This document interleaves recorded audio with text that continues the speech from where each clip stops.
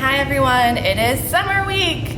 So for Fun Friday, we're gonna make our summer sensory bin. Let's see.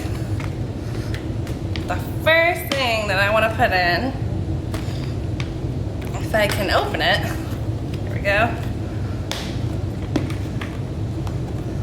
is some sand.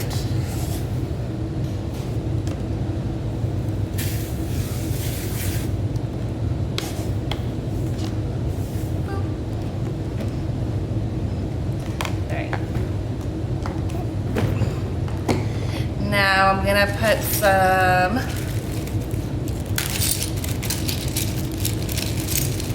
shells in there. Maybe some of my animals, like my crab and my turtle.